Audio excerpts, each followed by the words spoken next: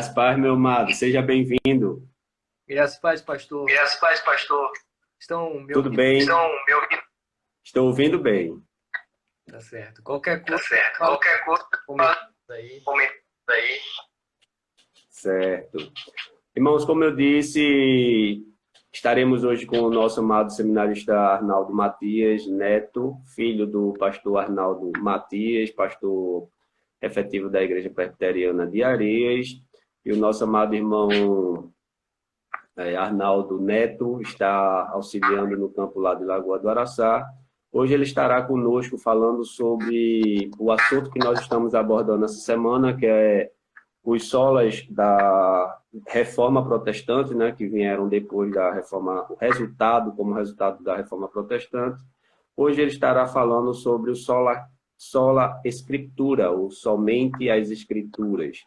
Tá? Vou passar a palavra para ele se apresentar melhor, né, com mais detalhes, falar um pouco da sua trajetória cristã e depois, em seguida, já começar falando sobre o assunto abordado de hoje. Meu irmão, fica à vontade. Então, pessoal, como já foi falado, eu sou Arnaldo Matias, sou a segunda geração de pastor na família e, assim, pediram para eu falar um pouco de mim, um pouco da minha trajetória. Eu fiquei pensando, eu não tenho muito o que falar, eu só tenho 23 anos de vida.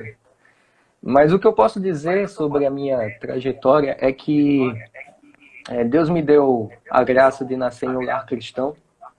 Como o pastor falou, nasci não só no lar cristão, como também sou filho de um pastor presbiteriano, fiel à palavra de Deus.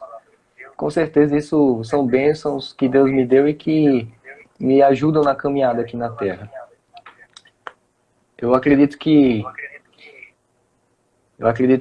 esse tema que a gente vai falar hoje é muito pertinente. Porque eu acho que independente de você ser crente há muito tempo ou não, você percebe a importância das Escrituras. É fácil a gente ver que uma igreja centrada no Evangelho, na Palavra de Deus, é muito diferente de uma igreja centrada em tradições humanas, em vontades humanas, em uma família ou então centrada num pastor. Hoje nós vamos estar falando justamente sobre isso, sobre um dos slogans da Reforma, o Sola Scriptura.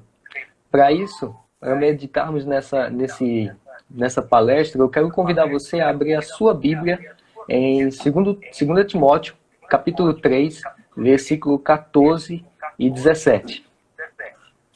2 Timóteo, capítulo 3, versículo 14 e 17. Esse é um texto que fala sobre o papel da Escritura e sobre a importância dela.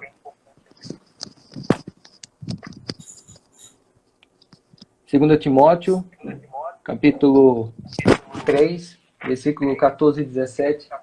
Assim diz a palavra de Deus.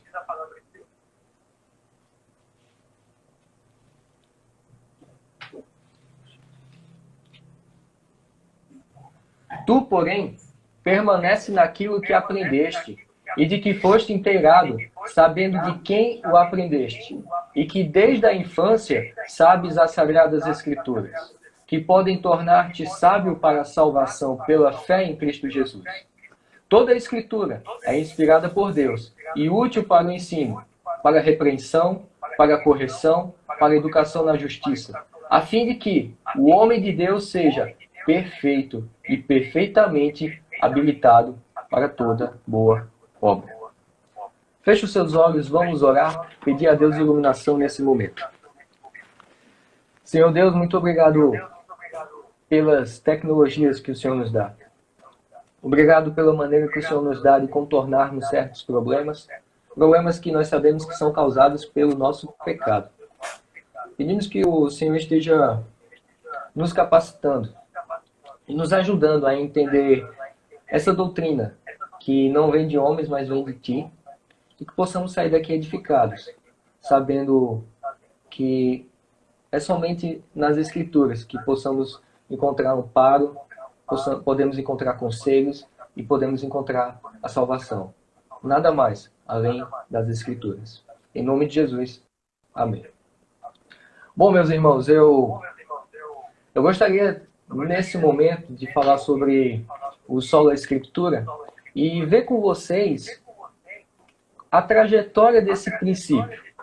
Como vocês já devem ter visto, o Sola Escritura não foi assim, esse termo não foi taxado pelos reformadores. Não começou com Lutero, não foi Lutero que pregou lá na porta Sola Escritura, mas esses 5 solas surgiu alguns anos depois da Reforma, uns 100, um pouquinho mais, onde os que eram oriundos da Reforma queriam sistematizar, ou melhor, queriam resumir aquilo que os reformadores defenderam. E aí surgiu 5 solas. Entre eles nós temos o Sola Escritura. E talvez você já tenha se perguntado, ou talvez alguém tenha perguntado para você, será que o Sola Escritura sempre esteve presente na igreja? Na história da igreja, não só na história da igreja cristã, como também da igreja de Cristo. Será que a igreja de Cristo sempre viveu esse princípio? Então eu gostaria de ver com vocês esse assunto dentro de uma linha do tempo e no final fazer algumas aplicações para a nossa vida. Então, nós temos nas Sagradas Escrituras o Antigo e o Velho Testamento. E nós sabemos que a igreja não surgiu com Cristo. Ela não surgiu no Novo Testamento, mas ela existe há muito e muito tempo, desde Adão e Eva. E logo no Antigo Testamento nós encontramos não versículos explícitos dizendo assim, somente as Escrituras, 2 pontos. Mas nós vemos no Antigo Testamento Moisés dando ao povo a lei de Deus. E o que Moisés fala para o povo? Vocês têm que viver essa lei. Você tem que guardar os preceitos de Deus. Vocês têm que viver isso. Por quê? Porque ela é a nossa regra de fé e prática.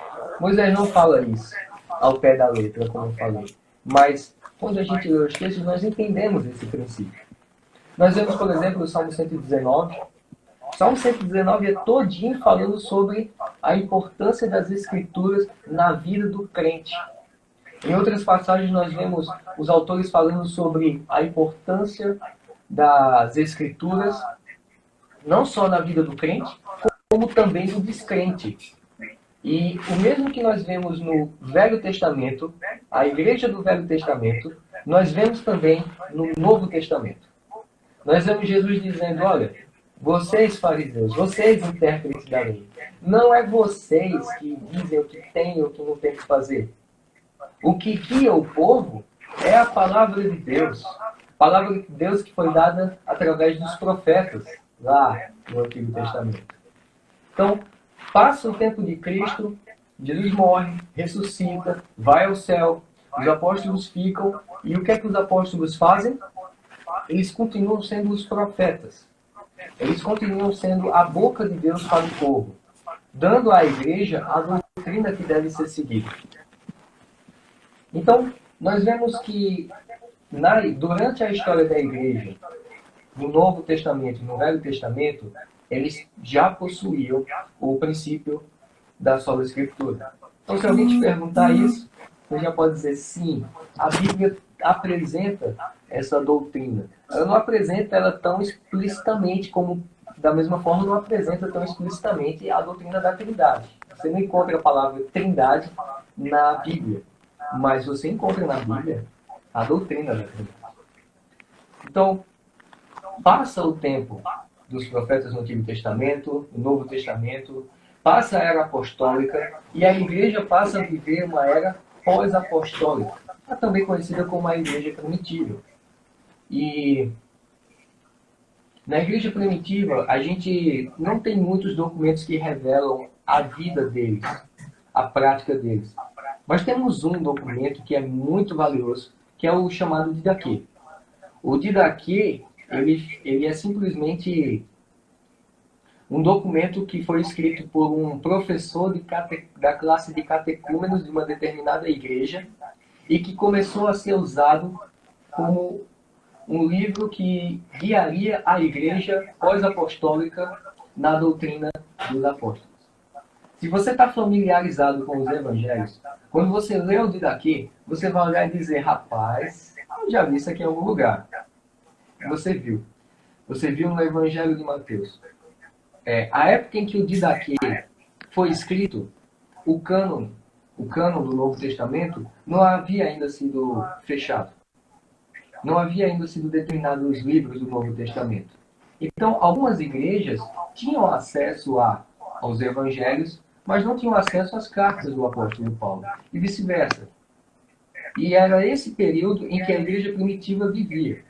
Mas por esse texto, por esse documento chamado Didaquê, nós temos um descortinamento das práticas cristãs referentes ao culto, referentes à convivência entre irmãos, também referente a como tratar com os profetas itinerantes, como tratar o profeta da casa. Nós temos também palavras a respeito da segunda vinda de Cristo. E, embora ele não cite explicitamente, como diz lá em Mateus, capítulo tal, nós vemos claramente que ele se baseia nas Escrituras. Ele se baseia onde? No Evangelho de Mateus, porque é o que ele tinha.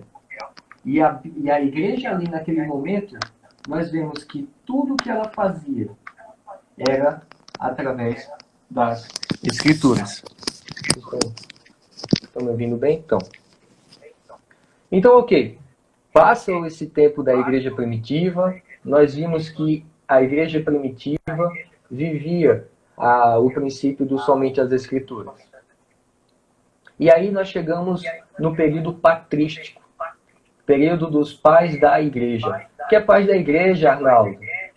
Pais da igreja são aqueles homens alguns homens eruditos, homens que tinham uma vida piedosa, homens que escreveram muito e homens que tiveram contato com os apóstolos. E esses homens tratavam a igreja como um pai trata um filho. O que é que um pai faz com o filho? O pai cuida do filho, o pai educa o filho. E esses pais da igreja fizeram justamente isso. E em alguns documentos, por exemplo, do apologista Justino, nós vemos, por exemplo, na carta dele a Trifão, ele está argumentando com Trifão, defendendo o evangelho, defendendo o cristianismo, dizendo que o cristianismo é a religião, a filosofia perfeita, porque Justino era um filósofo. Então, ele se converte e diz, rapaz, o cristianismo é a filosofia de vida perfeita. E olha só como era a argumentação de Justino. Eu vou ler aqui para vocês. Diz assim, mas foi por meio dos conteúdos das Escrituras, estimada santa e profética entre vós, que eu tento provar tudo o que eu tenho apresentado, na esperança de que algum de vocês possa ser encontrado para ser parte do remanescente que foi deixado pela graça do Senhor dos Exércitos para a salvação eterna. O que é que Justino está fazendo aqui? Ele está argumentando. Mas de que forma? Ele está dizendo, Trifão, as palavras que eu estou dizendo não são minhas. O que eu estou falando, a autoridade não é minha, não é de homens, mas é simplesmente de Deus. A autoridade da mensagem que eu estou falando para você vem das Sagradas Escrituras. Tem mais. Ele continua dizendo, é uma coisa ridícula que quem funda o seu discurso nas Escrituras proféticas deve abandoná-las e abster-se de referir-se constantemente às mesmas Escrituras, por pensar que ele próprio pode prover algo melhor do que a Escritura. Em outras palavras, é um absurdo um pastor deixar de pregar nas Sagradas Escrituras, um crente falar das Sagradas Escrituras sem ter que fazer referência a ela, sem ter que ir até ela. Por quê? Porque a autoridade da mensagem de um cristão na hora de evangelizar, a autoridade da mensagem do pastor quando ele está pregando, não vem dele mesmo. Vem de Deus, vem das Sagradas Escrituras. Aí vamos passar mais um tempinho, estamos chegando quase na Idade Média. Mas aí nós encontramos o famoso Agostinho de Hipona. Agostinho de Hipona converteu-se um pouco depois da igreja ter estabelecido o cânon do Novo Testamento. E em um dos seus livros ele diz assim, não ouçamos Isto eu digo, isto vós dizeis, mas assim diz o Senhor. Certamente são os livros do Senhor, em cuja autoridade ambos concordamos e no quais ambos cremos. Ou seja, não são palavras de homens, mas assim diz o Senhor. É isso que valida o teu argumento. Ele continua. Deixemos que sejam removidas de nosso meio as coisas que citamos um contra os outros, não com apoio nos livros canônicos divinos, mas de outras fontes quaisquer. Talvez alguém possa perguntar, por que desejais remover estas coisas do vosso meio? Porque não queremos a Santa Igreja aprovada por documentos humanos, mas sim pelos oráculos divinos. Então, você vê apenas nesses dois homens, Justino e Agostinho, que já havia o princípio do sola escritura estava ali presente na igreja, estava ali permanecendo. Aí, Jesus subiu ao céu, os apóstolos passaram, a igreja primitiva foi se desenvolvendo e com ela acompanhou-se o quê? O sola escritura. Só que não tinha esse nome. Ninguém ficava procurando somente as escrituras, mas a gente encontra a essência nos argumentos deles. E aí a gente chega à igreja medieval. É um momento um pouco tenso. Alguns vão dizer que é injusto dizer que é a idade das trevas, porque há algumas vantagens, não está tudo perdido ali. Eu não quero entrar muito nesses detalhes, mas dentro do assunto que estamos tratando, na Idade Medieval, a Igreja Católica Romana era uma igreja que se desviou totalmente da palavra de Deus. As pessoas viviam ali de uma forma animalesca. As pessoas eram privadas do alfabetismo. As pessoas eram analfabetas. As pessoas não tinham os estudos. As pessoas eram exploradas. A igreja, o clero, ele deitava e rolava sobre os pobres. E eles tinham uma forma de manter o seu governo. Era através do medo. Era através de ameaças. Eles diziam, olha, você tem que fazer assim, assado, você tem que dar X de dinheiro para que você não vá para o inferno. Ou então para que você passe pouco tempo no purgatório. Existia muita superstição. Então, quando a gente olha para a Idade Média, a gente fica tremendo, fica com nojo, fica triste. Porque a igreja ali não estava sendo a verdadeira igreja de Cristo. Como tudo isso começou, Arnaldo? Bom, tudo isso começou depois que... Veja que engraçado, né? Tudo isso começou com a diminuição da perseguição. Foi quando houve um decreto de que o cristianismo agora seria a religião da vez. É a religião da moda. E que todo mundo ia ser obrigado a ser cristão. Foi um momento em que o evangelho foi espalhado pelos arredores. As pessoas, missionários, José Bonifácio, foi evangelizar os bárbaros, trouxe eles, mas foi nesse momento que entrou a influência pagã. Não só a influência pagã do Império Romano, mas também a influência pagã bárbara. O que aconteceu é que as pessoas começaram a dar cargos eclesiásticos a pessoas que nunca foram convertidas. Quais são as consequências de um não convertido assumir a liderança da igreja? Nós só podemos esperar uma tragédia. E era justamente isso. Esse foi o resultado da decadência da igreja na Idade Média. Surgiram alguns homens, e aí veio Martinho Lutero. Martinho Lutero pregou as 95 teses. Qual foi a resposta da igreja às 95 teses?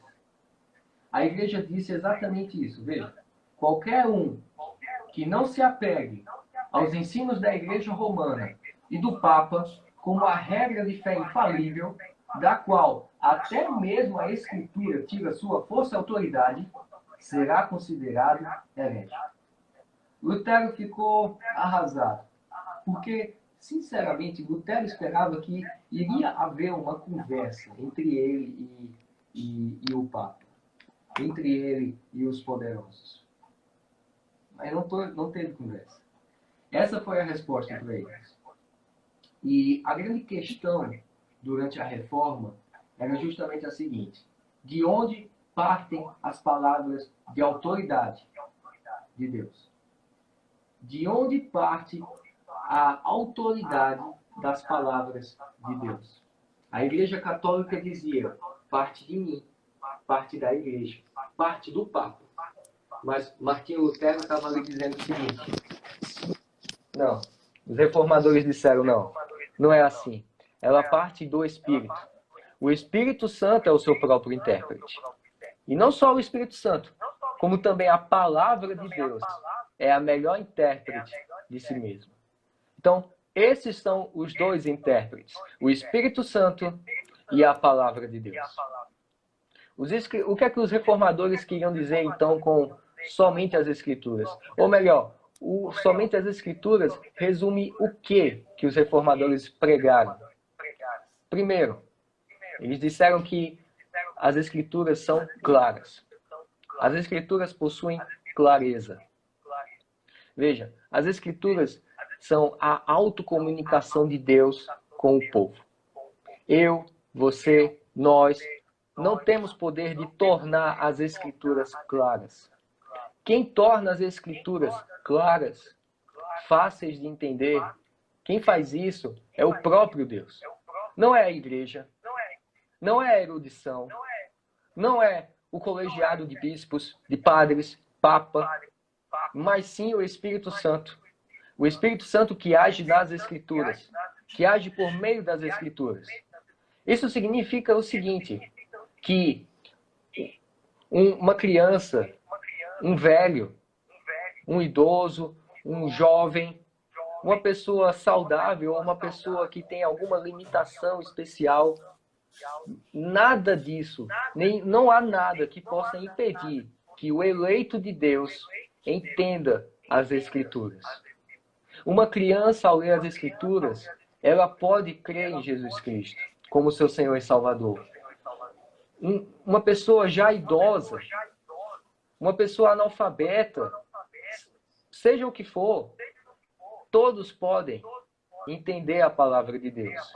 Aqui, na defesa de que a Bíblia é clara, os reformadores estavam dizendo o seguinte, que nenhuma ovelha do rebanho, eleito por Deus, será perdida. Por quê? Porque as Escrituras são claras. Então, eles defenderam primeiro isso, as Escrituras são claras. E em segundo, eles defenderam que as Escrituras são suficientes. A Escritura é totalmente suficiente. Suficiente para quê, Arnaldo? Suficiente para tudo. Para tudo. Então, as Escrituras são suficientes para consertar uma torneira quebrada? As Escrituras são suficientes para resolver problemas matemáticos? As Escrituras são suficientes para encontrar a vacina do coronavírus? As Escrituras são suficientes para tudo. Mas não para tudo que nós queremos fazer, mas para tudo o que Deus quer fazer. Abra comigo a sua Bíblia em Isaías capítulo 55. Isaías capítulo 55.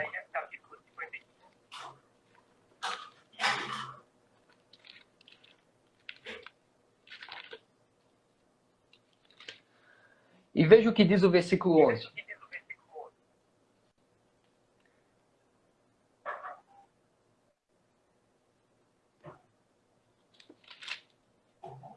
Assim será a palavra que sair da minha boca. Não voltará para mim vazia, mas fará o que me apraz e prosperará naquilo que a designei. Vocês se recordam da situação do profeta Isaías? O profeta Isaías simplesmente estava recebendo uma missão impossível do Senhor. E o que é que Deus fala para o profeta? Meu amigo, a minha palavra não vai voltar vazia. Ela é suficiente para tudo o que eu quero fazer. É a mesma coisa que nós lemos na segunda carta de Paulo a Timóteo, capítulo 3, versículo 14. A palavra de Deus é suficiente, é inspirada por Deus, e ela tem um objetivo, nos tornar prontos para fazer a boa obra do Senhor. Os reformadores defendiam que as Escrituras eram claras e também que elas eram suficientes. Suficientes para tudo. Tudo o quê? tudo que for da vontade de Deus, todos os planos de Deus. Não é para tudo que a gente quer, mas é para tudo que Deus quer. E como nós vimos em 2 Pedro, capítulo 1, versículo 3, Pedro diz: visto como, pelo seu divino poder, nos têm sido doadas todas as coisas que conduzem à vida e à piedade, pelo conhecimento completo que nos chamou para a sua própria glória e virtude. Ou seja, a Bíblia é suficiente para aquilo que nos é suficiente. O que é que um pecador mais almeja? A salvação. Então, o que é coisa vai tratar justamente sobre isso. A Bíblia é suficiente para a salvação do pecador e para que ele conheça e ganhar o mundo e perder a sua alma. A Bíblia apresenta todas as coisas necessárias à salvação. E ela é autossuficiente.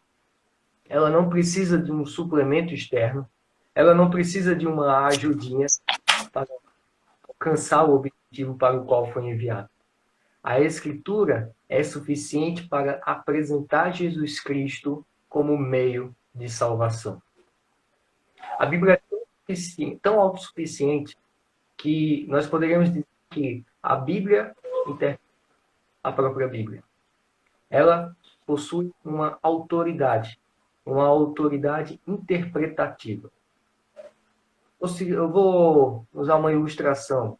Imagine que Masterchef, né?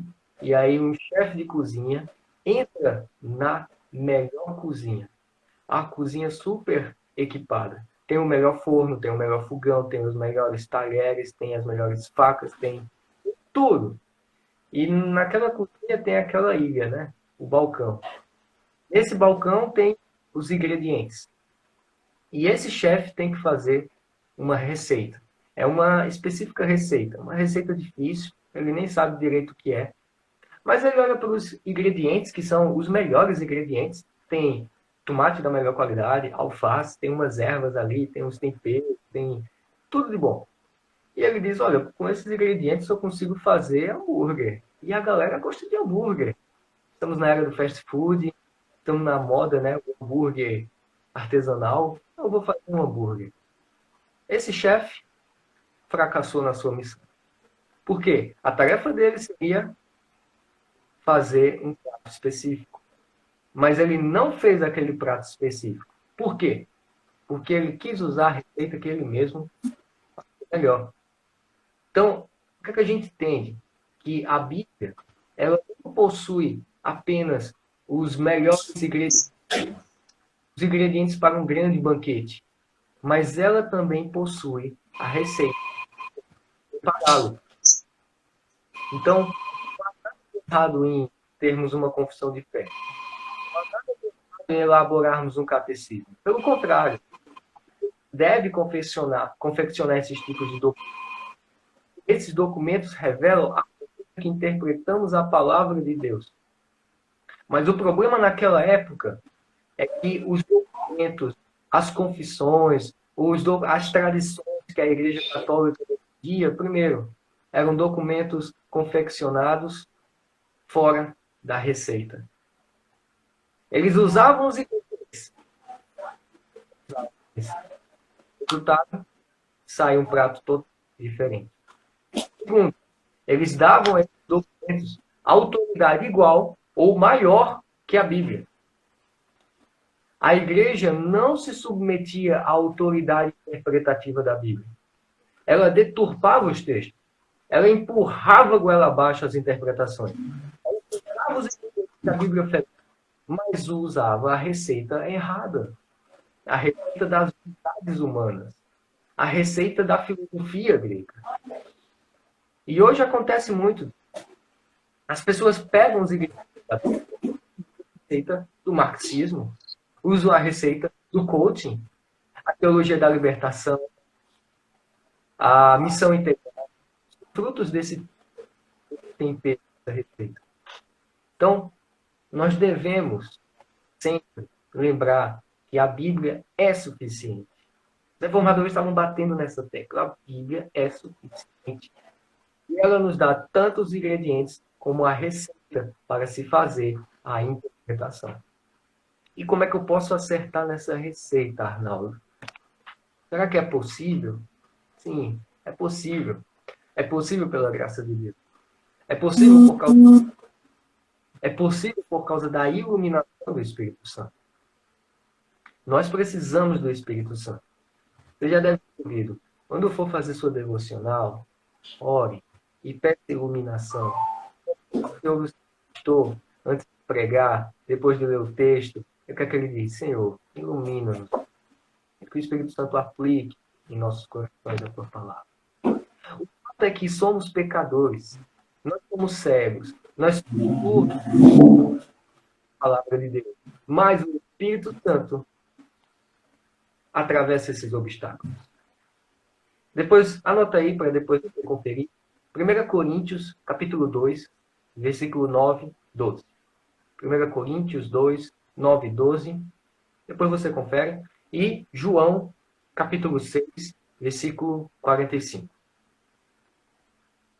Esses textos falam que nós precisamos da íntima iluminação do Espírito Santo para que haja uma salvadora compreensão das coisas reveladas na palavra de Deus.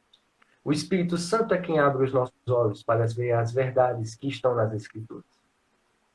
Então, nós vimos que as Escrituras elas são suficientes para tudo. Para tudo que Deus quer. Da salvação para a vida cristã. E é válido também dizer que ela está estritamente ligada. Não só a nossa salvação. E não só a maneira que a gente vive, mas também com a maneira de nós cultuarmos. A Bíblia é suficiente na maneira que entendemos a Deus, na maneira que nós nos enxergamos e na maneira que cultuamos ao Senhor, a maneira que nós prestamos esse serviço a Deus. Quem diz o que tem que fazer é a palavra de Deus. É Deus, através das Sagradas Escrituras. Sabe qual foi a resposta da Igreja Católica para tudo isso? A resposta foi: a Escritura sozinha não basta. Ela não basta para determinar a interpretação correta. As Escrituras precisam da Igreja. Veja, é a Igreja dizendo o que as Escrituras dizem, e não o que as Escrituras dizem para a Igreja. Essa foi e ainda é a resposta católica ao Escritura. Assim como os demais solas, o solo Escritura é confrontador.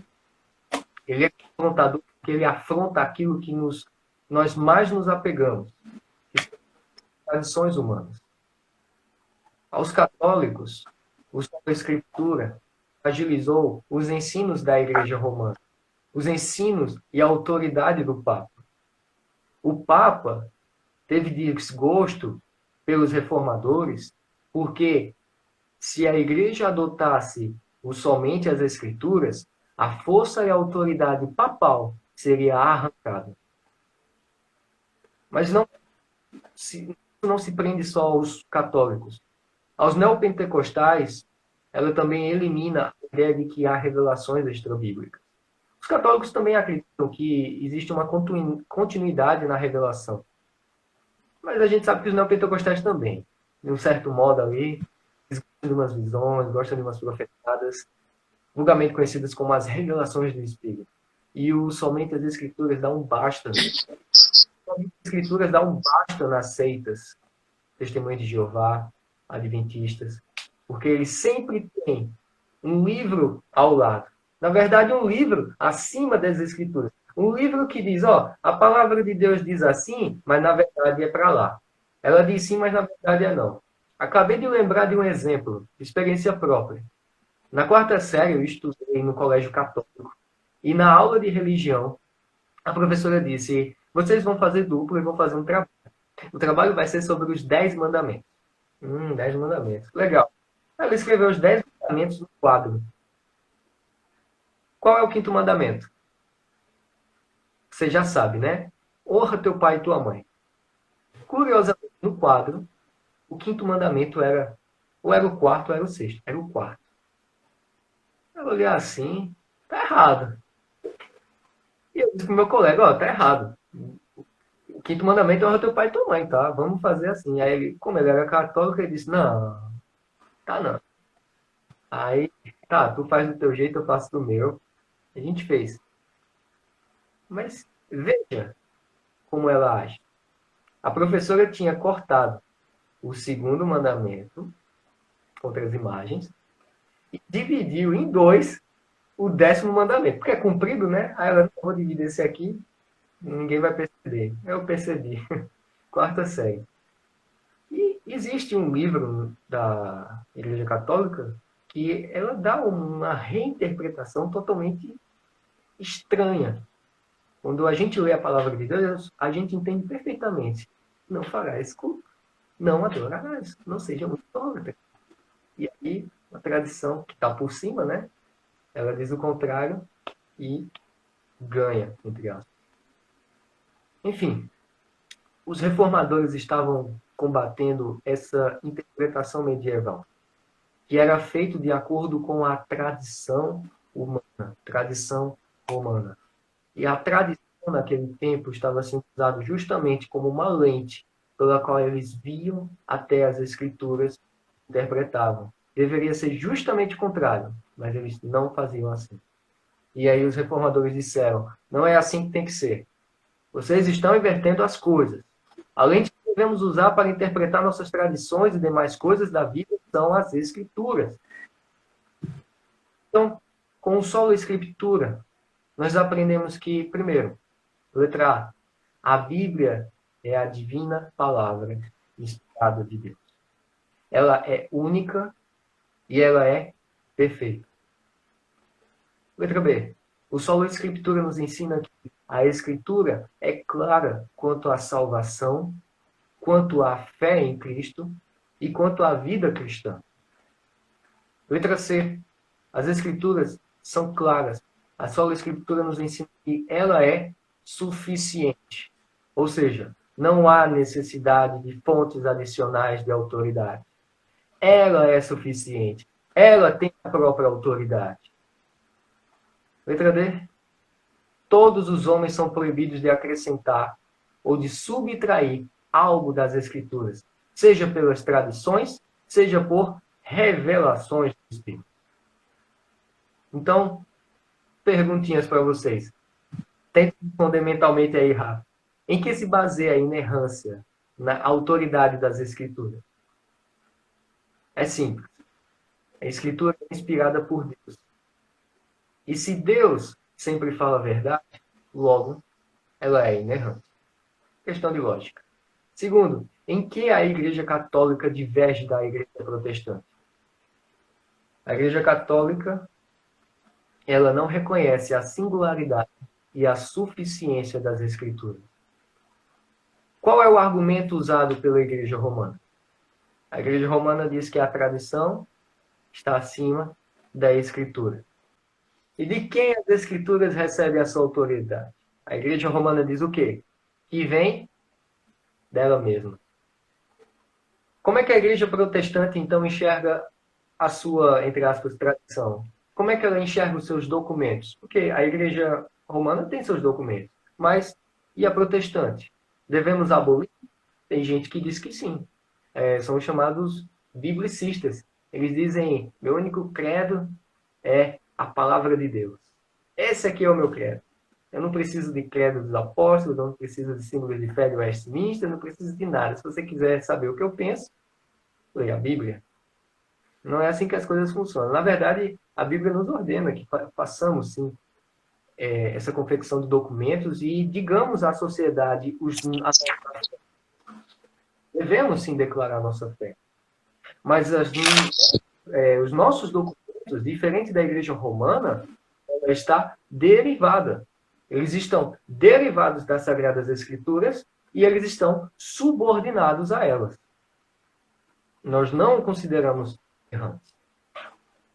Mas, enfim, esse assunto é muito importante, porque, como vocês viram, na história, ele trouxe uma mudança total para a igreja.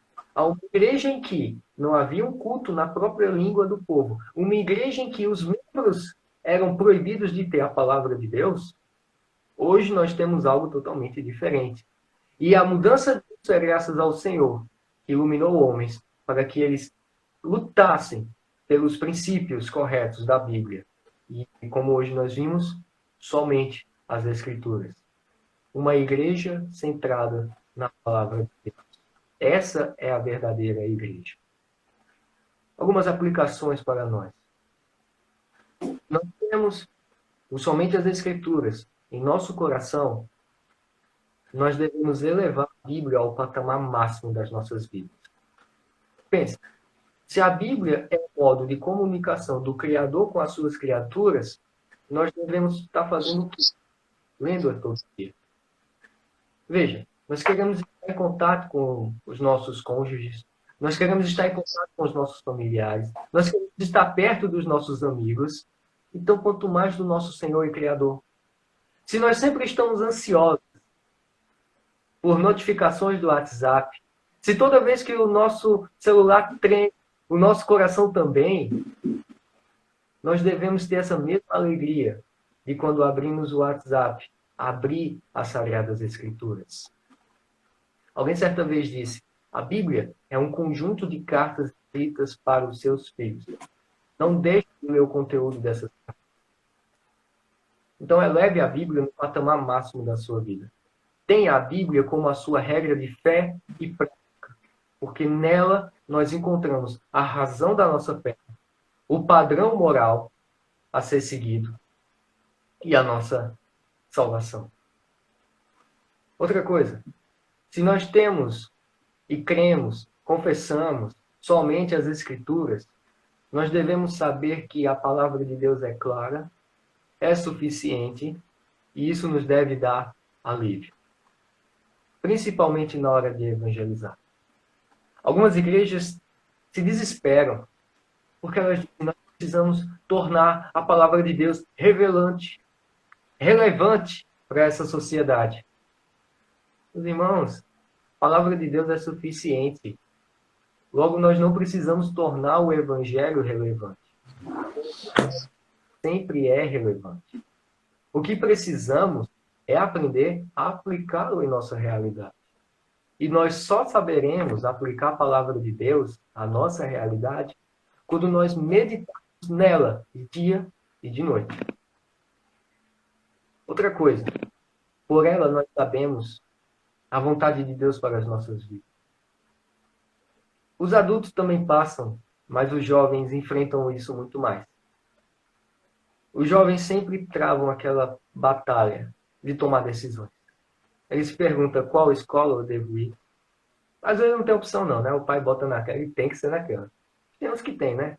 E eles ficam naquela. Que escola eu devo ir? Que curso eu devo colocar? Quais são as matérias que eu devo me debruçar mais?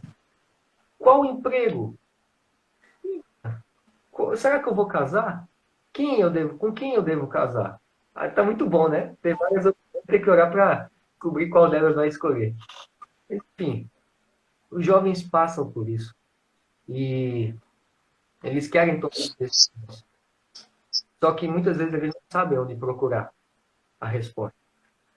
Alguns procuram em horóscopos, outros procuram em revelações. O pior delas também é aquele sentir paz no coração. Provavelmente você já passou por isso. Alguém te perguntou, fulano, você está bem com essa decisão? E você diz, eu estou bem. Eu estou com meu coração em paz. Amigo, o coração do homem é enganoso. Não confia nele, não. Nós só poderemos saber que direção devemos seguir quando nós lemos a palavra do Senhor e meditamos nela. Não pensa que a direção divina virá por um meio extraordinário. Ela vem através da reflexão. Anota aí, por favor. Filipenses capítulo 4, versículo 8. Filipenses 4, 8.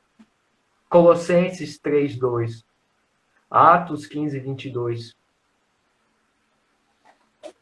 Efésios 5, 17.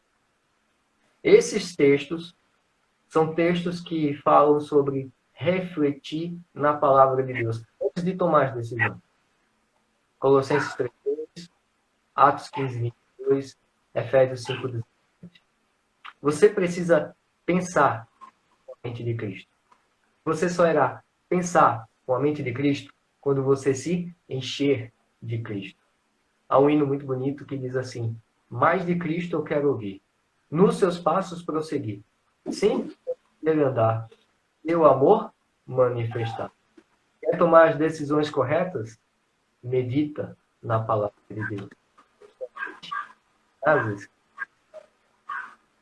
Por ela, nós também devemos avaliar o que acontece ao nosso redor. Se você, meu amigo, somente as Escrituras, então você deve ter como as suas lentes para esse mundo.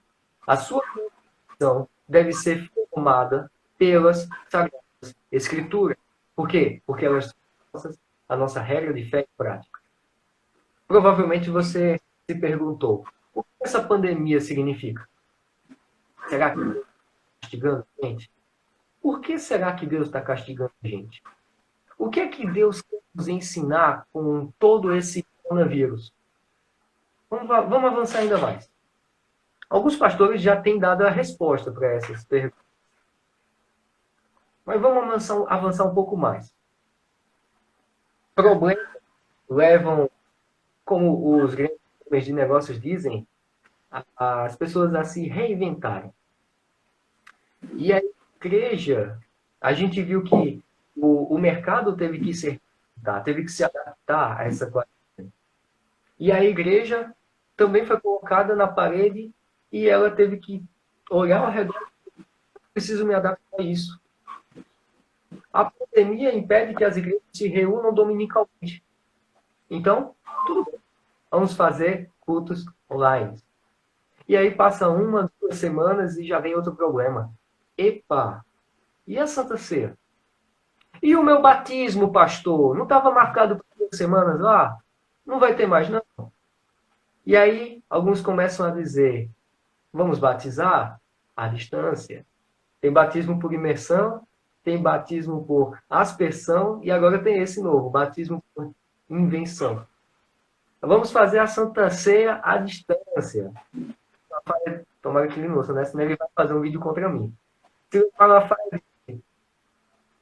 pega teu pão, pega um suco de uva, se não tiver suco, usa água. Veja só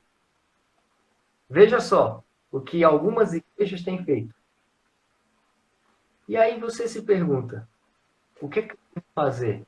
Devemos fazer ou não? Onde é que eu encontro a resposta? Alguns vão dizer: devemos fazer, porque a igreja tem que se adaptar ao mundo. Outros vão dizer: não podemos fazer porque não é da nossa tradição. Olha, desde que eu me entendo de gente que estou na igreja, a Santa Ceia sempre foi junta. Então, onde é que está a resposta?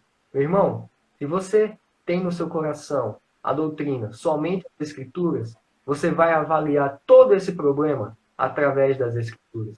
E a palavra de Deus fala. A palavra de Deus revela que há dia específico para o culto. O culto tem que seguir certos padrões. Esses padrões são dados por Deus.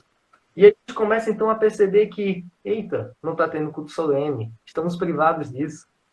Eita, não pode ter Santa Ceia. Deus está nos privando desse meio de graça. Não existe batismo à distância. Nós começamos a tomar as decisões corretas. Os concílios, as igrejas, os pastores vão poder se colocar vão poder assumir uma boa postura mediante essas decisões, se eles conhecerem a palavra de Deus. Só que não basta conhecer. Se eles tiverem a palavra de Deus como centro de suas vidas. Como eu estou falando, a igreja centrada na palavra de Deus é a verdadeira igreja. Então, quão fiel às Escrituras você é? Os momentos difíceis da vida podem te ajudar a fortalecer o laço entre você e ela, ou a desmascarar a falsa sensação de fidelidade. Portanto, meus irmãos, sejamos fiéis às Escrituras, para que o nome de Deus seja glorificado em nossos pensamentos, em nossas conversas, em nossas opiniões e em nossas decisões. Que Deus abençoe a todos vocês. Fiquem firmes na palavra do Senhor e fiquem também na paz do nosso Senhor e Salvador Jesus Cristo. Amém. Meu amado, Deus continue te abençoando, te dando cada vez mais sabedoria, iluminação do alto, tá te capacitando a cada dia e te usando também no teu ministério, que já iniciou aí desde cedo, tá? Até a volta do Senhor Jesus Cristo, ou até a nossa partida. Durante a live tivemos aí algumas perguntas, e essas perguntas eu vou passar para você, e aí você vai dando as respostas dentro do que você entende e do que explanou, tá? O leitor aventureiro, como sempre, ele tem algumas perguntas. O leitor aventureiro, gente, para quem ainda não sabe quem é, a igreja já sabe, mas quem ainda não sabe quem é o leitor aventureiro, eu vou deixar o mistério no ar.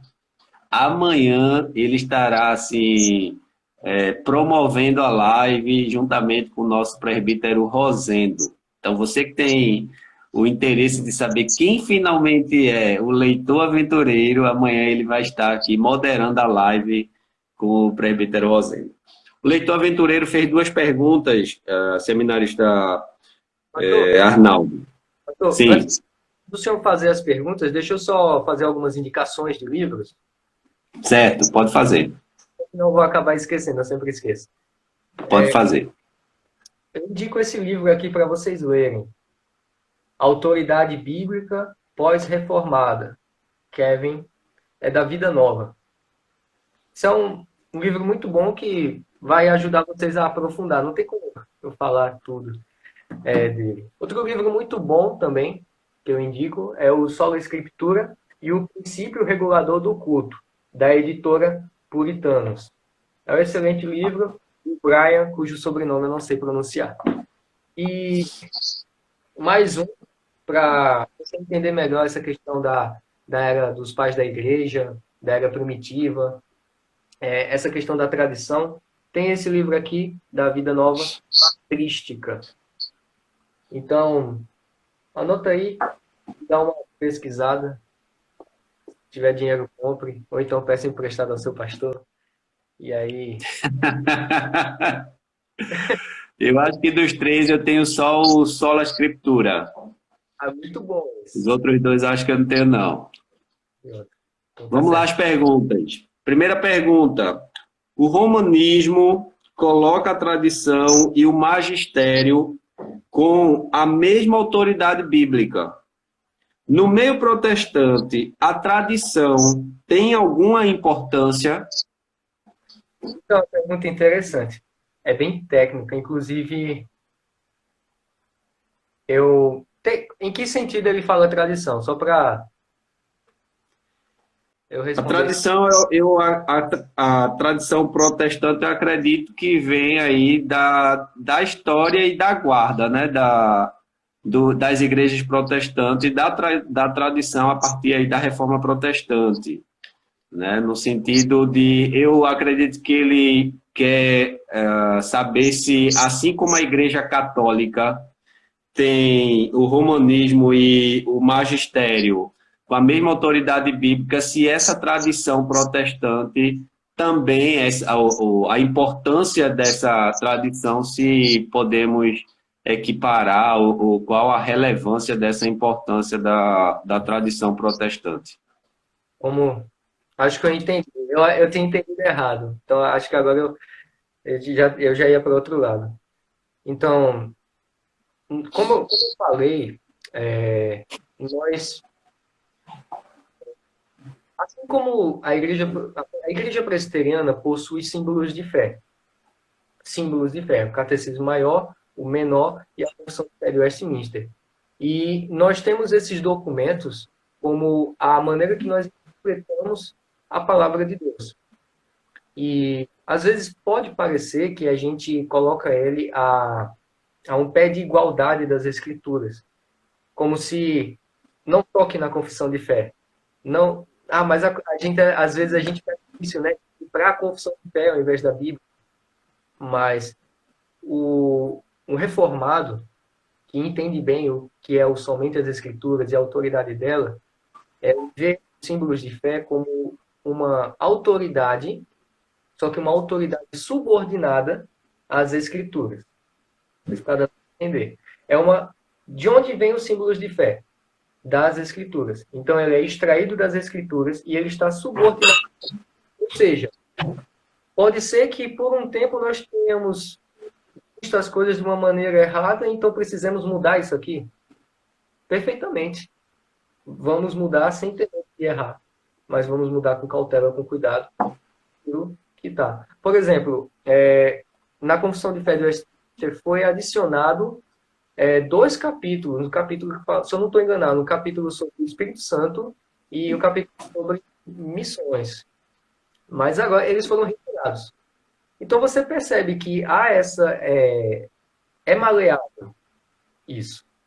Mas não confunda, nós não vemos a nossa tradição reformada, né, os nossos símbolos de fé, os nossos documentos, como pé de igualdade às Escrituras. Não, eles sempre estão subordinados às Escrituras, eles sempre estão abaixo das Escrituras.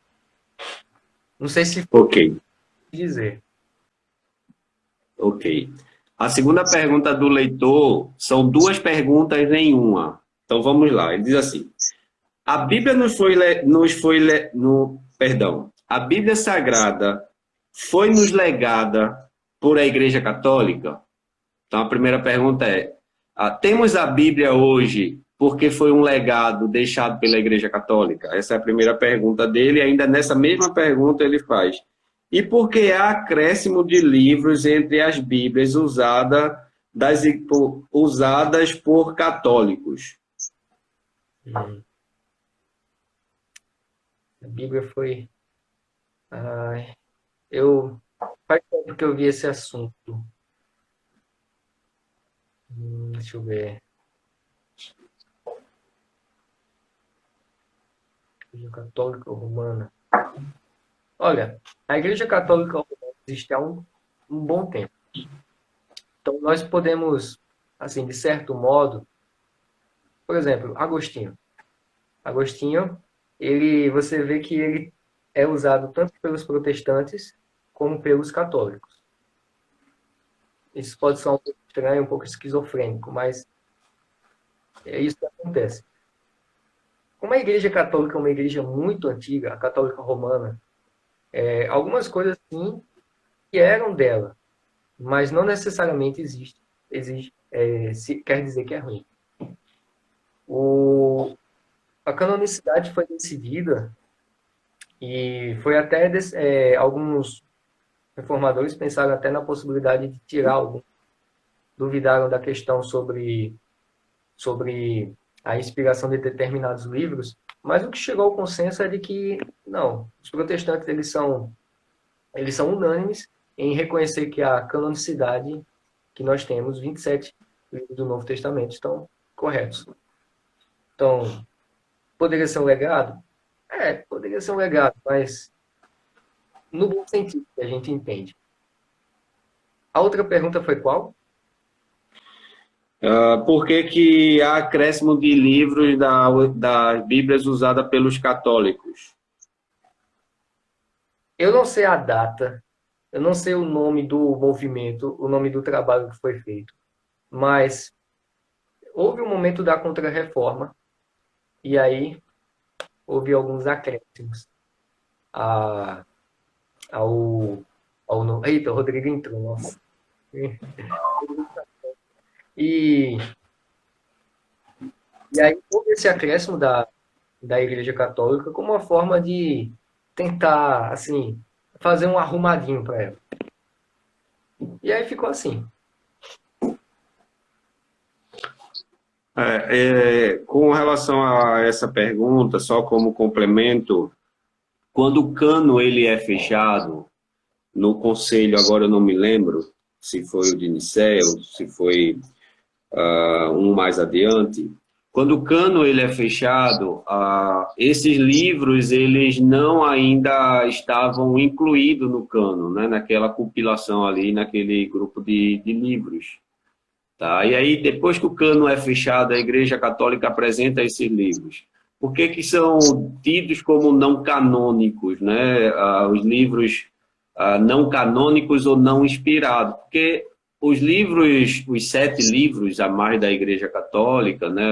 Temos aí o Matias, temos Macabeus, tá? Esses livros, nada aponta para a obra de Cristo, nada aponta para a inspiração de Deus quanto à sua revelação ao seu povo, né? Então, enquanto os católicos estão, e hoje, até hoje, né, acusa os protestantes de terem retirado os 7 livros da Bíblia, tá? Na verdade, esses livros nunca existiram, né? Nos originais, nos escritos originais, eles foram tidos como não canônicos justamente por conta disso, né? Eu gosto sempre de citar quando eu estou falando desse assunto. Eu nunca li esses livros, para ser bastante sincero, tá? Mas já vi comentários de pessoas dizer que tem relatos em um dos livros, se eu não me estiver enganado, é o Tobias, que o cidadão estava deitado debaixo de um pé de árvore e o passarinho defecou, né? O pássaro defecou na testa dele, né? E é uma narrativa. E aí a gente sempre se pergunta qual a relevância disso para a vida cristã, né? Para a conduta cristã. Mas é esse o caminho aí. Terceira pergunta, Arnaldo, foi feita pela nossa irmã Rio. E ela perguntou o seguinte: como provar a infabilidade ou a veracidade das escrituras a um não cristão? Isso é algo que temos como provar ou é uma questão da fé ou da crença pessoal?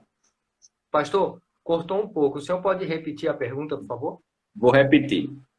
Ela pergunta como podemos provar a infabilidade da palavra de Deus a um não cristão. E se essa questão é uma questão mais voltada à fé ou crença pessoal, ou se é algo mais espiritual mesmo. Quem convence o pecador do seu pecado? Espírito Santo. Então, a gente só tem que anunciar. Foi aquela questão do alívio que as Escrituras nos dá. E o senhor também como pregador, a gente tem esse ufa.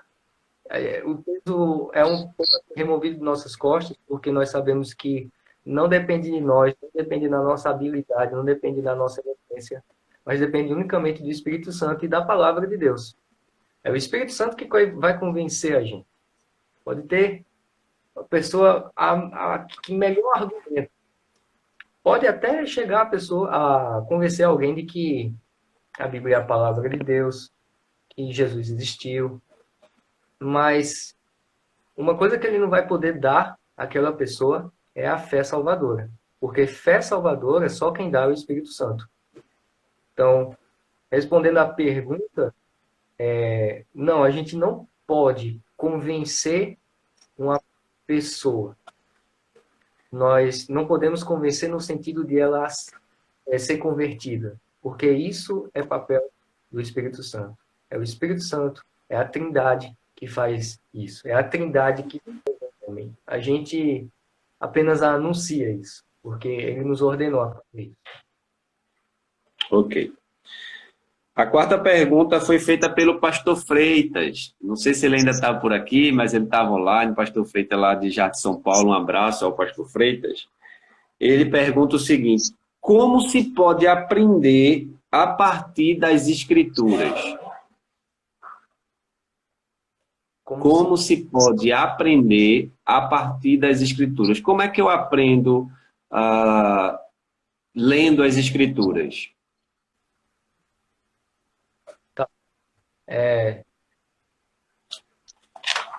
Como eu posso aprender? A primeira coisa é ler. Comece a ler a palavra de Deus. Eu não sei especificamente em que sentido ele está falando aprender. Então eu vou julgar por mim. O que é que eu acho que ele quis dizer? Uma pessoa que... A primeira coisa que uma pessoa tem que fazer é aprender as escrituras. Escrituras, é começar a ler. O ideal, a gente viu que as Sagradas Escrituras, elas são claras e elas são suficientes. Então, se uma pessoa, por acaso, está perdida no meio do mar e achar a Bíblia e começar a ler, ela vai entender o principal, né? A respeito da salvação, a respeito de Cristo e a respeito da sua vida moral cristã. Mas o ideal é que, por exemplo, você tem um amigo que está começando a se interessar pelo Evangelho, você faça um discipulado com ele. Acompanhe ele, você como uma pessoa mais experiente, que já tem um conhecimento maior, você pode poupá-lo de percorrer um longo caminho.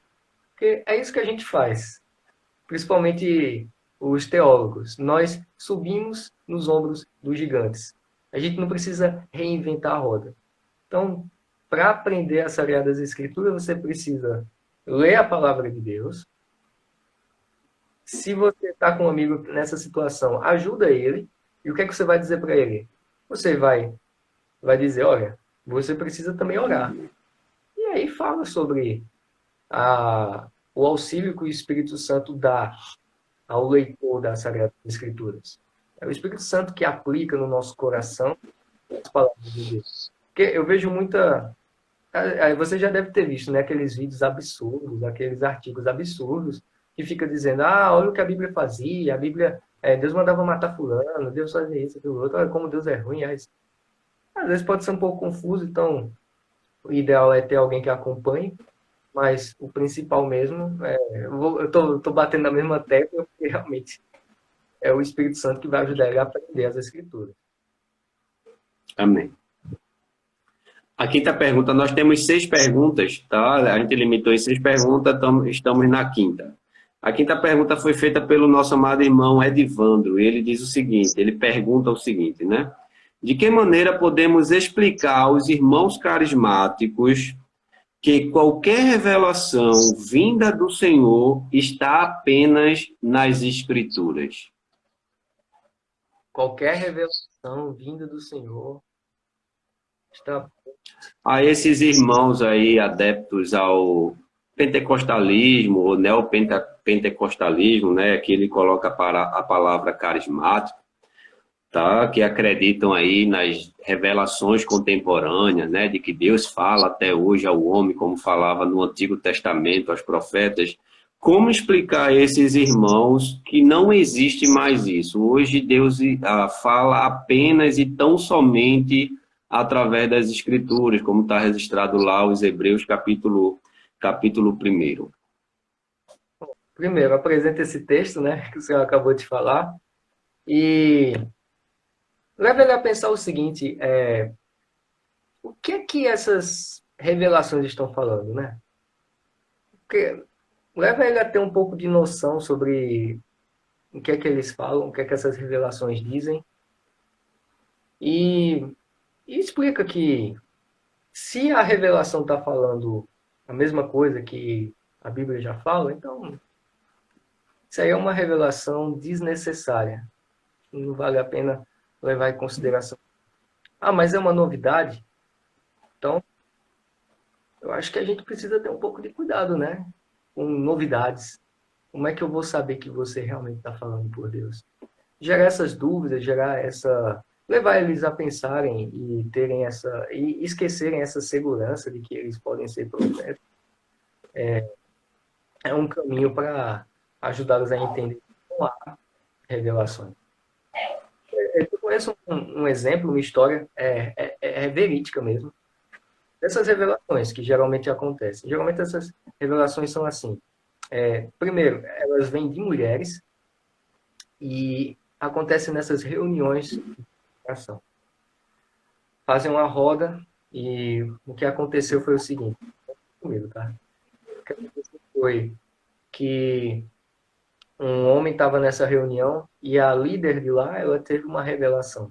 Todo mundo de mãos dadas, fechando os olhos, ela disse, você tem que casar comigo.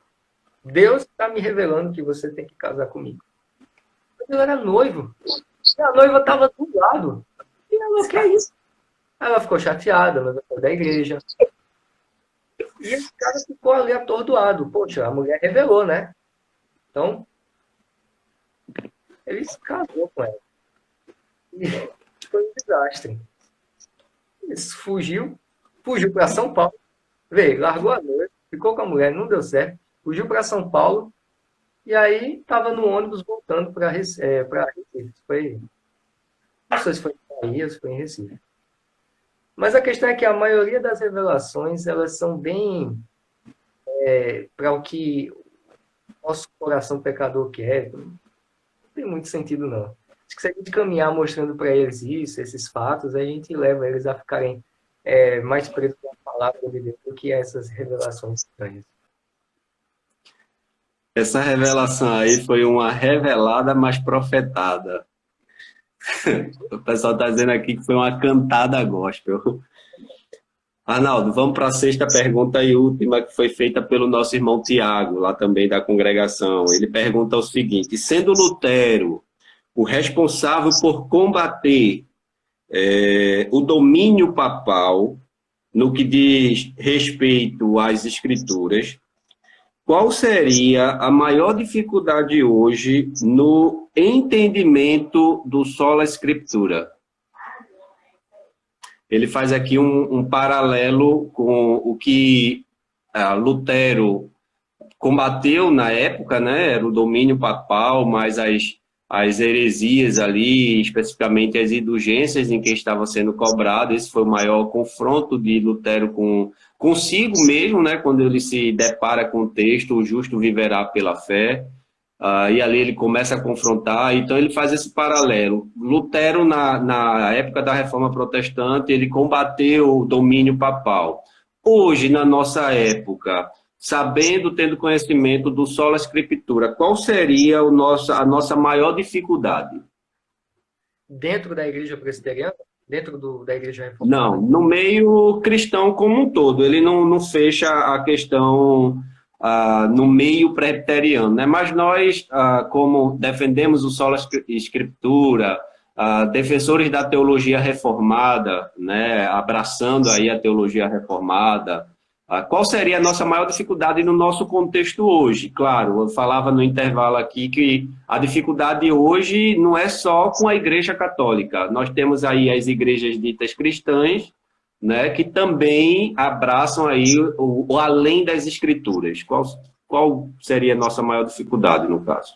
Eu pensei no seguinte: se você parar para analisar textos, comentários de teólogos do século XVI, século XVII, você vai encontrar nos comentários, por exemplo, pegar a Confissão de Fé comentada, você vai encontrar um constante ataque ao catolicismo.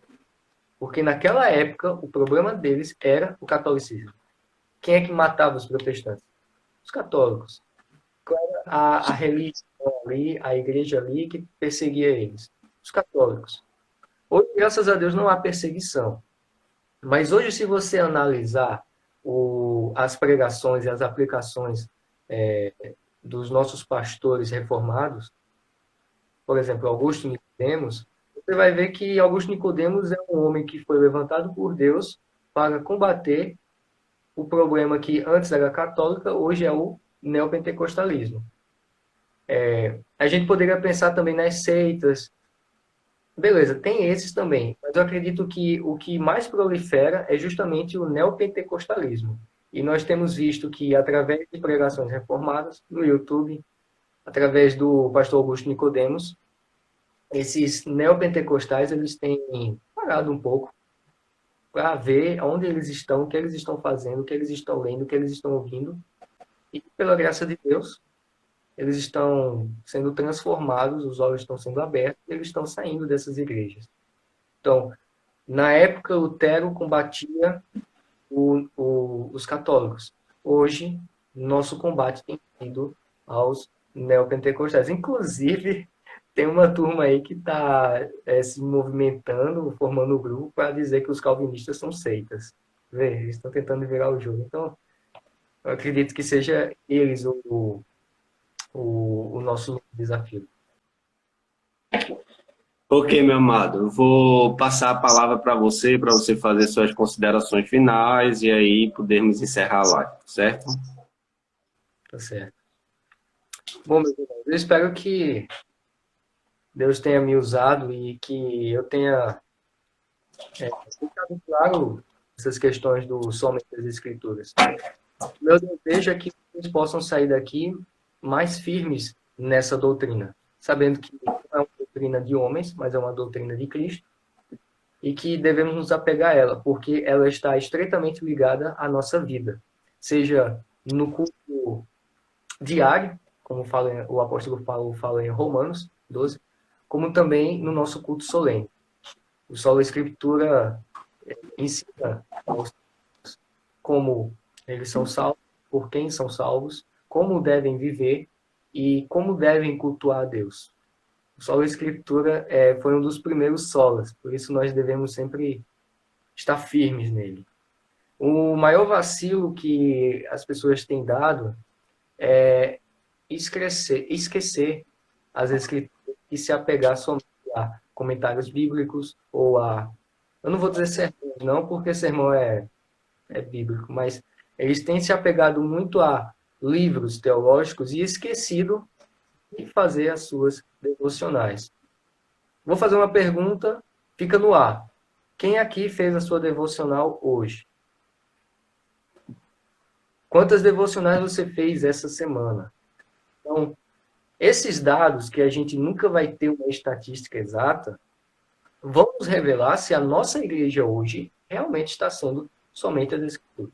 Outra coisa que vai revelar se a igreja está sendo somente as Escrituras ou não é as decisões que a pandemia está levando a igreja a tomar. Questão do culto, questão da Santa Ceia, questão do batismo. Essas e muitas outras coisas. Porque se nós admitirmos que culto online é culto solene, nós estamos falando com os argumentos dos desigrejados. Então, meu desejo é que Deus abençoe a todos vocês e vocês fiquem na paz do Senhor. Amém, meu amado. Gostaria de, mais uma vez, agradecer o aceite do convite. Tá? É um prazer imenso poder estar ouvindo o amado irmão, como também os demais que nós já ouvimos.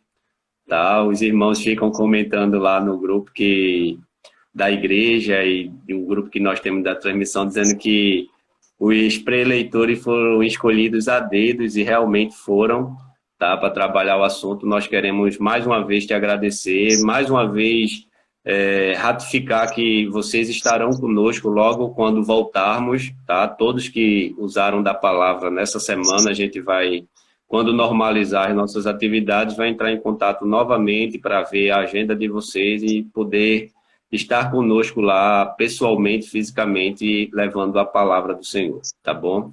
Rogar as muitas bênçãos de Deus sobre tua vida, da sua família, né? Ele também está com o pastor Arnaldo, e também no teu ministério, tá? Que o Senhor continue te abençoando e te usando aí na tua caminhada cristã e também no teu ministério aí pastoral.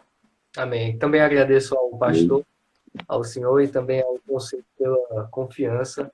Agradeço também pela paciência dos irmãos, né? Porque hoje não foi fácil. Não, foi. Tivemos aí uns percalçozinhos. Ultimamente a gente tem tido, né? Mas hoje foi... Até o celular não conseguiu suportar.